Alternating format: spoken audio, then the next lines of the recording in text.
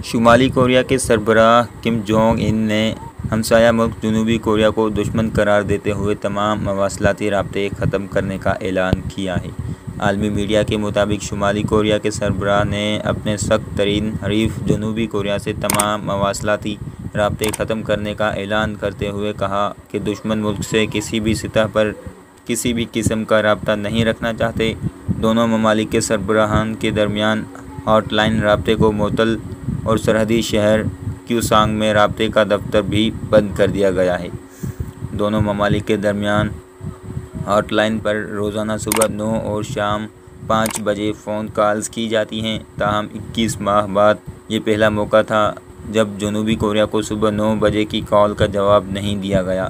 تاہم بعد میں شمالی کوریا نے سپہر کو رابطہ کرکے اپنے فیصلے سے آگاہ کیا۔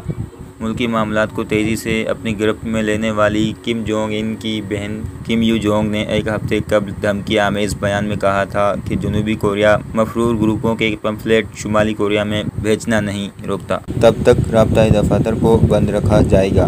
دوسری جانب جنوبی کوریا نے 2018 میں معاہدے کے تحت سرحدی علاقے میں قائم کیے گئے رابطہ دفتر کو بند کرنے کو اجلت میں لیا گیا یک طرفہ فیصلہ قرار دیتے ہوئے کہا کہ شمالی کوریا نے اپنے جارحانہ عزائم اور اقدامات میں کمی لانے کے بجائے اس میں اضافہ کیا ہے۔